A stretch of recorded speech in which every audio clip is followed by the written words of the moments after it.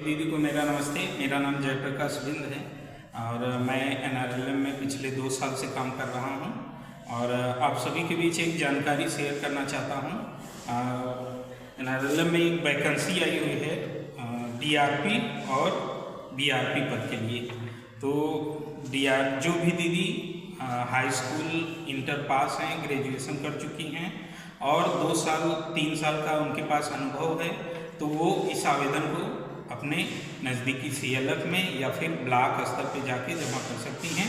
उसके लिए जो क्राइटेरिया है वो आपको बताना चाहता हूँ।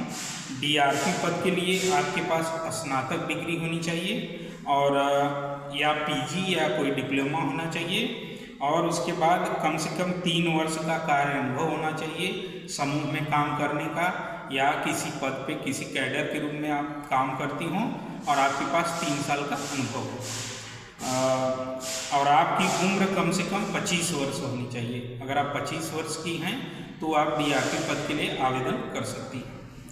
और कुछ बेसिक कंप्यूटर की जानकारी होनी चाहिए, जैसे आपको कंप्यूटर चलाना आता हो, सेव करना आता हो, फाइल मेल करना आता हो। जैसे आपको BMM को कोई फाइल मेल करना है तो आपको स्कैन करके मेल करना आता हो और उसके बाद स्मार्टफोन आपके पास होना चाहिए और उसको चलाना अच्छी तरह से आपको आता रहे। ये तो हो गया DRP पद के लिए।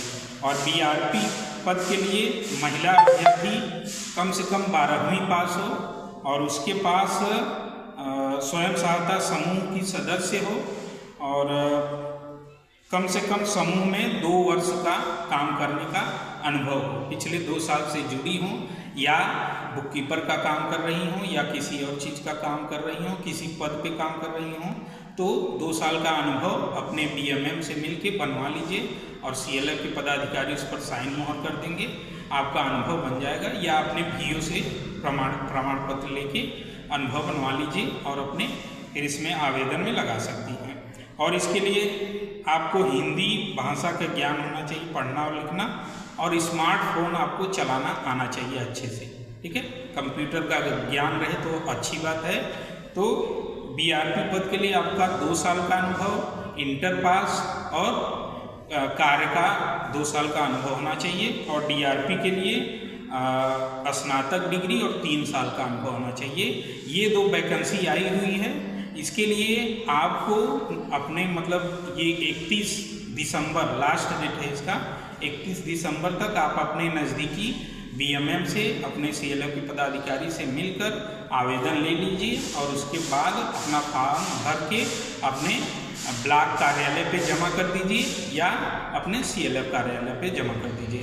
धन्यवाद।